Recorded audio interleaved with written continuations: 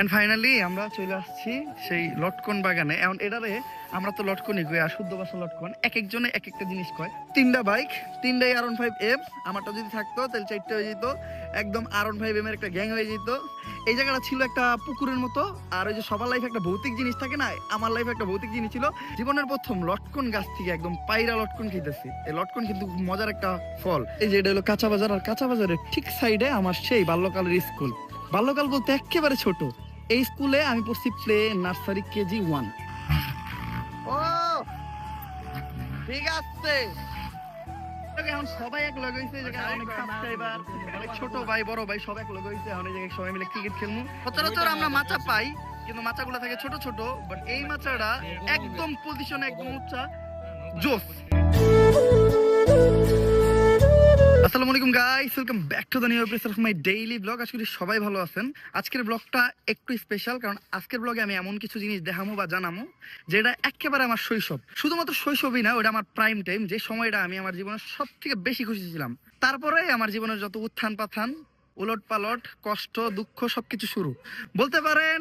এটা আমার এমন ছোটবেলা, যেই ছোটবেলাতে সবাই খুশি থাকে, আর যেই ছোটবেলাটা সবারই স্মৃতির। তো সকাল সকাল আমি আমার বাইকটা বাইক করছি, আর বাইকটা বাইক করে আমি চলে আসছি উত্তর আজমপুরের কাঁচা বাজার, যেই জায়গায় আমার শৈশবের বড় একটা সময় কাটছে। ব্যাকগ্রাউন্ডের সাউন্ড আপনারা একটু ইগনোর করেন, কারণ আশেপাশে বাড়ি ঘরের কাজ চলতেছে। তো এখন আমি একটা মানুষের সাথে পরিচয় করাই, যেটা বলতে পারেন আমার শৈশবের সব থেকে বড় সাথী। সেটা ওই যে আমার ভাই ফুয়াদ ভাই। উনি আমার অনেক সিনিয়র। এই যে চুল চুল দেখে তো বুঝতে পারতেছেন, চুল দাড়ি সব পেকে গেছে। উনি আমার অনেক সিনিয়র, বাট ওই টাইমে সিনিয়র থাকলেও উনি আমার এমন ভাবে রাখতো, ওনার আশেপাশের সাথে বা একদম বন্ধুর মতো। ওনার পিসি দিয়ে আমি ওই যে ভাই সিটি গেম চিনছি, ওনার পিসি দিয়ে আমি ওই যে কিংস অফ ফাইটার একটা গেম আছে ওটা চিনছি, মুভি দেখা শিখছি, মানে এভরিথিং। আর মেইনলি ওনার সম্পর্ক হইলো, উনার বাসায় আমি আজ থেকে 12 না 15 বছর আগে ভাড়া থাকতাম। এই যে আমার পিছনে যে বাসা আছে, এই বাসাটাই। আরো কিছু স্মৃতি আমি দেখাই, যেমন এই যে আমার আশেপাশে যে রাস্তাঘাট দেখতেছেন, এই যে বাড়িগুলা দেখতেছেন, এই বাড়িটা ছিল, এই বাড়িটা ছিল, এই জায়গায় এই বাড়িটাও ছিল, কিন্তু এদিকে এগুলা কিচ্ছু ছিল না। এই জায়গাটা ছিল একটা পুকুরের মতো। আর ওই যে সবার লাইফে একটা ভৌতিক জিনিস থাকে না, আমার লাইফে একটা ভৌতিক জিনিস ছিল। সেটা হলো এই জায়গার একটা তাল গাছ। বা এই তাল গাছটার একটু কাহিনীটা কোন তো। তাল গাছ তো সবাই ডরাইতো কম বেশি, এই জায়গায় বিভিন্ন গল্প ছিল, কিন্তু তাল গাছ ওই আস্তে আস্তে একদিন বৃষ্টি হইলো, বৃষ্টিতে ঠাডা পড়ছিল, পরে আস্তে আস্তে মরে গেছে। এটা বিভিন্ন গল্প আছে, কিন্তু এখন যে ভয় পায় সে তো ভয় পায়। আর এই তাল গাছ নিয়ে যে একটা কাহিনী, আমরা কেউই এই জায়গা দিয়ে স্বাভাবিকভাবে চলাফেরা করতাম না। আমি ওই যে ওইখান থেকে একটা দৌড় দিতাম, কারণ আগে তো এরকম বিল্ডিং ছিল না। এই যে দুই পাশে খালি পানি। এই যে এই জায়গাটা এখনো এরকম আছে, কিন্তু ওই যে সামনেও পুরাটা একদম জঙ্গলের মতো ছিল। আর এই যে এই জায়গায় একটা পুকুর ছিল, এই পুকুরে আমরা মাগুর মাছ ধরতাম, এই যে দেওয়ালে বসে। আর আমি দেখাই আমি কোন বাসায় ছিলাম। আর এই জায়গাটা বলতে পারেন একটা ধ্বংসস্তূপ, কিন্তু এই যে এটাই ছিল আমার রুম। এই রুমে আমরা থাকতাম, আমি, আমার নানু, আমার আম্মু, আমার বোন। আর আমার ভাইয়ের সাথে এমন একটা সম্পর্ক, শুধুমাত্র ভাইয়ের সাথে না, ভাইয়ের বড় ভাই, মেজো ভাই, ভাইয়ের মা, মানে একদম ফ্যামিলি। ওনারা এখনো মানে এতদিন যে হয়ে গেছে, তারপরেও আমার সেই আগের মতোই ট্রিট করতেছে, যে আমি সেই ছোট্ট উমর। যদিও একটু বড় হয়ে গেছি, মানে হাইটে লম্বায় বা চেহারায়, বাট ওনাদের কাছে আমি সেই ছোট্ট উমরই। এই বাসাটায় আমার অনেক স্মৃতি। লাইক এই বাসায় অনেক গাছ ছিল, এখনো তো আম গাছ আছে। আম গাছ ছিল, এই জায়গায় একটা জাম গাছ ছিল, দেন পেয়ারা গাছগুলো এখনো আছে। আমরা যে কি পরিমাণ পেয়ারা চুরি করা করছি, যদিও চুরি করতে হয় নাই, তারপর ওই যে চুরি করাটা একটা স্মৃতি। আমি এই যে ভাই নিজের বাসার গাছের পেয়ারা চুরি করে খাইতো, সবাই রাগারাগি করতে দেখা আমি ভাই মিলা মানে চুপচাপ। আর আমার আর ভাইয়ের একটা অন্যরকম একটা বন্ডিং ছিল। আমরা অল টাইম মানে কি করা যায়, শয়তানি কি করা যায়, মানে ওনার যে বয়স ছিল আমার থেকে এত বড়, আর আমি যে এত ছোট ছিলাম, এটা আমি কোনো সময় ফিলই করি নাই। আমি এই জায়গা থেকে যাওয়ার পর সব থেকে বেশি আমার ক্লিয়ার মনে আছে 15 বছর পরও, সেটা হলো ফুয়াদ ভাইয়ের কথা। আরো আমার কিছু বন্ধু বান্ধব আছে, তাদেরকে আমি দেখাইতেছি। আর এই যে এই জায়গায় একটা মাঠ ছিল, ঠিক আছে। আমি ক্রিকেট তেমন একটা খেলতে পারতাম না। এই মাঠে প্রতিদিন ক্রিকেট খেলা হইতো। এগুলা কোনো বিল্ডিং ছিল না। 15 বছর আগের কথা। 15 বছর আগে এই জায়গাটা কেমন থাকতে পারে এটা তো বুঝতেছি নি। ঘুরে উড়াইতাম, ক্রিকেট খেলতাম। যদিও আমি ক্রিকেট খেলা তেমন একটা পারতাম না, এখনো পারি না। আমি যাইতাম, ভাইয়েরা খেলতো, আমি খালি বল টুকাইতাম। সবার ছোটবেলায় বল টুকানোর একটা কাহিনী থাকে, বাট ফুয়াদ ভাই অনেক ভালো ক্রিকেট খেলতো। ইন্ট্রোডিউস করাই দিয়ে আমার কয়েকটা বন্ধুর লাগে, ছোটবেলার বন্ধু আখলাস, ইমন। আমরা যখন ছিলাম, ঠিক আছে, আমরা এই এলাকার সব থেকে ছোট পোলাপান ছিলাম। লাইক আমরা কাগজ সাইজ ছিলাম, অপর থেকে ছোট ছোট ছিলাম আমরা, তাই না? এর থেকে অনেক ছোট ছিলাম। মনে করেন পুরো এলাকায় আমরা একটা ধ্বংস চালাইতাম। এখন তো অনেক পোলাপান, আর আমার সময় পোলাপান ছিলাম আমরা 6 জন। ও ও আর 2 জন আছে, ওরা অফিসে গেছে আর কি, সবাই এখন বড় হয়ে গেছে, ব্যস্ত হয়ে গেছে। আমরা এই কয়জন এখন ওই জায়গায় আসছি, ওদের ব্লগে অনেকদিন পরে দেখা হলো, দেখা অন্যরকম একটা মানে ভালো লাগে কাজ করতেছে। আসলে শৈশবের জিনিসগুলো মনে পড়লেই ভালো লাগে। আমগো গ্যাংয়ে দুইটা মেয়ে আসাল, মেয়েগো নাম না কইলাম, মানে ওইটা ছোট কালের গ্যাংয়ে ছিল, বড় আর পর থেকে তো আস্তে আস্তে আস্তে আস্তে মনে করেন খালি পুলার গ্যাং বাড়াইছে, মেয়ের গ্যাং থেকে আউট। অবশ্য যেহেতু মেয়ে ছিল, ওরা আমগুলোকে এমন ভাবে থাকতো মনে তো পুলাই, অবশ্য অগ ব্যবহার আমার কোনো মেয়ের পরিচয় পাই নাই। এখন সবাই এক লগে হইছে, অনেক সাবস্ক্রাইবার, অনেক ছোট ভাই বড় ভাই সব এক লগে হইছে। এখন এই জায়গায় সবাই মিলে ক্রিকেট খেলমু। এই তোর ছোট ভাই রাখু, যেটা রে আমার বোনের লগে বড় করছি, মনে গেল ওটা?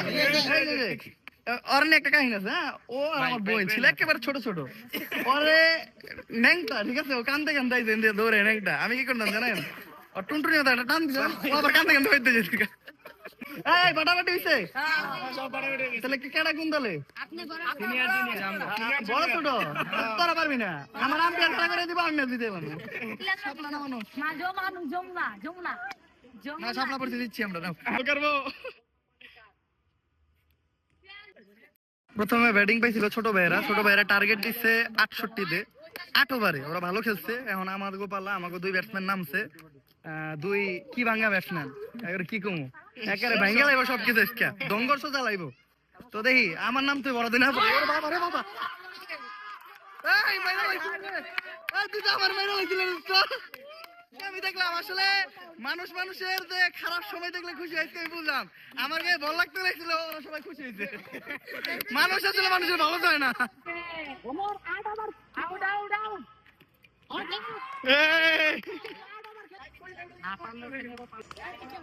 Century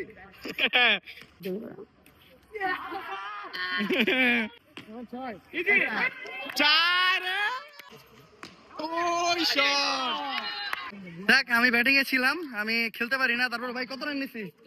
man of the match আমি না, হাফ সেঞ্চুরি করছি না আমি। ও হাফ সেঞ্চুরি হবে কেন? রানি তো ওর আগে হাফ সেঞ্চুরি হয় নাই। খুব ভালো খেলছে আজকে। আমি আসলে এত ভালো খেলি এটা আমি নিজেও জানতাম না। দেখ, ও খেলে ভালো, ও শুধু শুধু ব্লেম দিচ্ছে যে বল তো কত খেলতোই। তো আমাকে আর কত রান লাগে ভাই? আর 15 রান লাগে। ব্যাটসম্যান দুইটা তুক্ষার ভাঙ্গা ব্যাটসম্যান আছে, ওরা বাইরে একেবারে ছাদা বাদা করে লেবো। বল মাত্র 9 রান, 9 বলে 15, বড় কিছু না। লাও নাও লাগাও, ওরা গেছে গা, মুখে টেনশন দেওয়া যাইতেছে। কয় রান লাগে? কয় বলে কয় রান লাগে? ব্যাটিং এ আমার বড় ভাই ফুয়াদ ভাই আছে। ভাই পারবেন, আমার মান ইজ্জত কিন্তু আপনার হাতে। এই যে ছোট ছোট পোলাপান ভাই, এই বেটা কি হইছে? এখনো বেটা আছে, ম্যাচ দিতাম আমরা। 2 বলে 10 কোনো ব্যাপারই না ভাই, দুটো 6 মারেন। ও সরি, 6 মারলে তো আউট। 4 মারেন, 4 মারেন।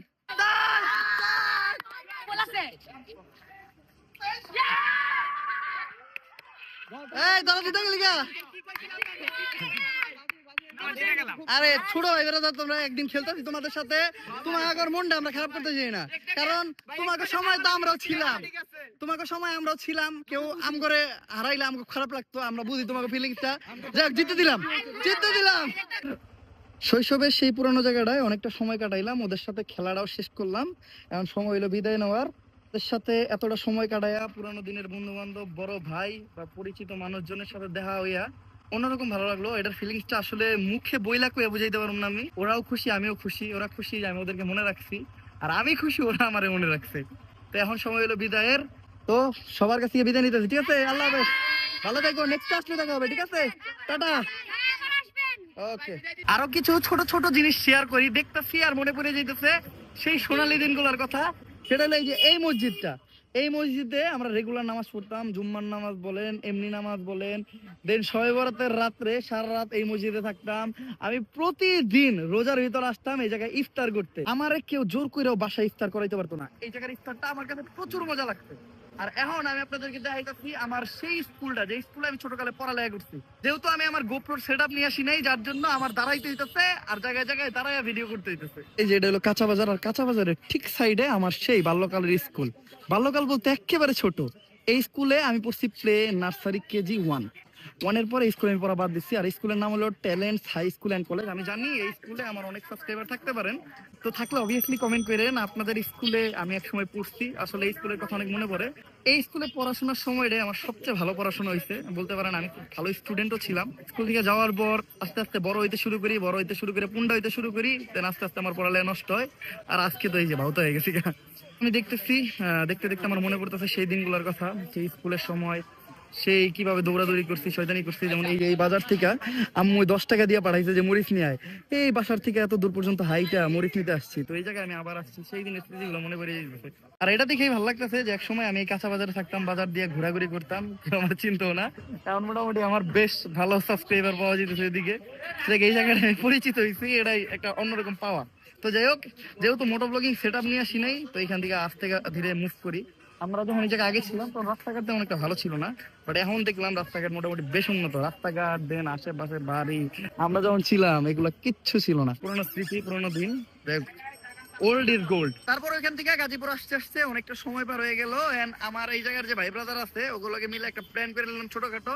আসলে ভাই ব্রাদার যে জায়গায় আছে ওই জায়গায় ছোটখাটো প্ল্যান আছে। যেহেতু বাইকার এক লগে হইলেই একটা ঝামেলা শুরু হয়। ঝামেলাটা কি টাইপের? ট্যুরের ঝামেলা, কোন জায়গায় ঘোরার ঝামেলা, মানে যে কোনো একটা প্যাচ আমরা বাজামই। তো প্যাচ বাজা এলাম, কই যাইতেছি আমরা? লটকর বাগানে। এটা কোন জায়গায়? শিবপুরের পাশে। শিবপুর এটা কোন জায়গায় পড়ছে? চৌসুন্দর কোনে পড়ছে তারা? নরসিংদী, মানে আমরা নরসিংদী জেলায় চলে যেতেছি কালকে।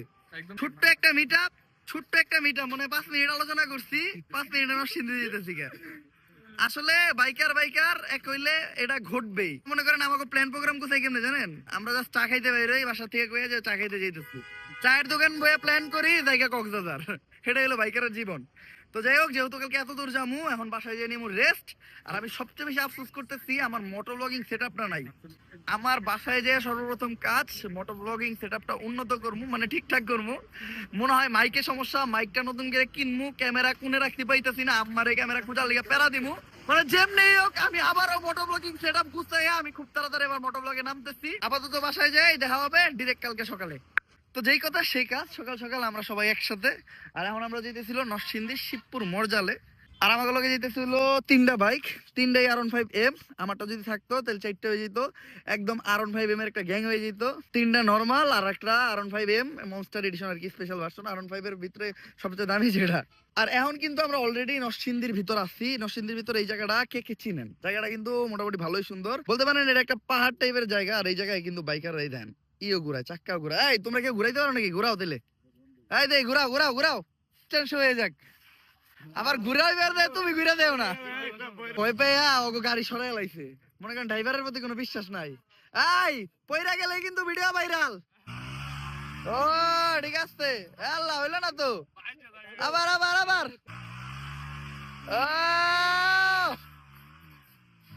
যাই হোক, সব বাইকারের মতো আমাকে বাইক দিয়ে ওই জায়গায় একটা দাগ পড়ে গেল। তো চলেন এখন আমরা রওনা দিই। এত শুরু রাখি শেষ হয়ে গেল। এই হবে আবার 3 2 1।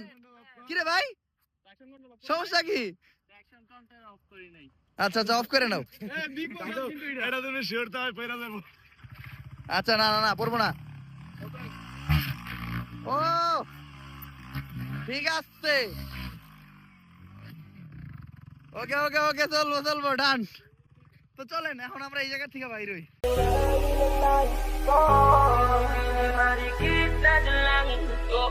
Magbigay ng kulay sa aking mundo. Sa ibang akong buhay lang, ikaw ang binibini na ninanais ko. Binibini na rin kita lang. And finally আমরা চলে আসছি সেই লটকন বাগানে। এখন এটারে আমরা তো লটকনই কই, আর শুদ্ধ ভাষা লটকন। এক একজনে এক একটা জিনিস কয়। এই ভাই, এই লটকন রে এই জায়গার মানুষ কি কয়? লটকনই কয়, বগি। আচ্ছা আরো কোন জেলায় কি কয় আপনারা কমেন্ট করে জানেন। এই যে জায়গায় একটা ছোট্ট গাছ আছে, আরো গাছ আছে। হ্যাঁ ওই জায়গায় একটা গাছ আছে, আবার ওই জায়গায় গাছ আছে। মোটামুটি একারে ভাই এই বাগানে কতগুলা গাছ আছে? বাগানে আছে প্রায় 30-35টা। 30-35টা। এখন কি সব গাছ শেষ, ফাঁকা নাকি আছে? ফাঁকা। আমি তো ওরা আরো আগেই বলছিলাম, আজ তো আসে নাই। যাই হোক, সময় সুযোগে আজকে মিলছে, আজকে আইছি। এখন কয়টা গাছে লটকন আছে প্রায়? এখন ওই দিক দিয়ে আরো আছে, আরো অনেকগুলো। চলো বাগান ঘুরে দেখি। জীবনের প্রথম লটকন গাছ থেকে একদম পায়রা লটকন খেতেছি। এই লটকন কিন্তু খুব মজার একটা ফল, আমি খুব পছন্দ করি, আর আমার আম্মু নানি মানে মেয়েরাও খুব পছন্দ করে এটা। বিসমিল্লাহ। অনেক মিষ্টি। আসলে এরকম গাছ থেকে পাইরা লটকন খাওয়ার মজাই আলাদা। দেখেন সবাই শুরু করছে কি, মানে ওরা এই পোলার গাছটারে ভাগা করে লাইবো। এটা কি তোমাকে নিজের? হ্যাঁ আমার দাদা। দাদার? না, দাদার মানে নিজেরই, বাপ দাদার সম্পত্তিতে বলাই ভাইবো। এই জায়গায় তো খালি লটকন বাগানই না, আরো অনেক গাছ। হ্যাঁ, ওই যে কাঁঠাল গাছ, ওই যে মালটা গাছ, আম গাছ, লিচু গাছ, বাবা সেই অনেক বড় বাগান। এই গাছ তো মেলা গুলো লটকন, এটা তো মেলা পাকা পাকা। ও এই পুরো বাগানটাই অনেক জোস। কপালটা খারাপ যে আমরা একদম শেষ টাইমে আইছি। এর আগে আসলে নাকি এর থেকেও বড় বড় আর অনেক মিষ্টি মিষ্টি লটকন পাওয়া যেত, যেগুলা সচরাচর আমরা বাজারে পাই না। ওগুলা মানে প্রথমেই যারা ব্যাপারী আছে তারা নিয়ে যায়। এই ভাই, লটকনের দাম কেমন? লটকন 120 আছে আর 240। ও মানে এটা হলো জাতের ভেদা ভেদা জাতের নাকি? ও ভেদা। তুমি এত সুন্দর জিনিসটা কোন থেকে আনলা? আমি জানি এতক্ষণ অনেকের মুখ দিয়ে লোল টোল পইরা ভাইসে গেছে। দয়া করে নিজের মুখের লোল নিজের মুখে ঢুকে নেন, ইয়া পাইবেন না। বাগানের জিনিস খাওয়ার মজাই আলাদা। সেই এটা মিষ্টি লাগবে। মিষ্টি হইবো গায়ে দেখেন অনেক। এটা মিষ্টি হইব, যেহেতু ব্যাপারী নিজেই কইছে মিষ্টি হইব, তার মানে এটা মিষ্টি হইব। ও নাকি কোনো বছরই আর কি 10টার বেশি লটকন খায় না। বিষয়টা এমনই, যার নিজের আছে সে খায় না।